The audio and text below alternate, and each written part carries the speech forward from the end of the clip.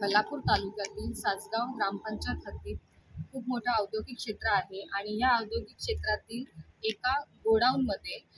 100 कोटी रुपयाहून अधिक असा अंमली पदार्थाचा साठा काल पोलिसांनी रात्री जप्ती टाकून ताब्यात घेतला असून यापुढील चौकशी रायगडचे पोलीस अधीक्षक सोमनाथ घारगे यांच्या मार्गदर्शनाखाली अप्पर पोलीस अधीक्षक अतुल झेंडे व खोपोली पोलीस स्टेशनचे PI शीतल राऊत हे करीत असून त्या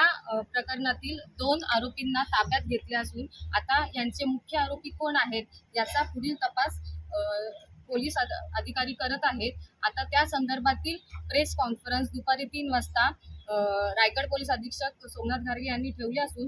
पुढील कारवाई काय असेल आणि ह्या अंमली पदार्थ साठा इथं ठेवणारा मेन आरोपी कोण आहे त्याचा खुलासा ह्या प्रेस कॉन्फरन्समध्ये करणार आहे।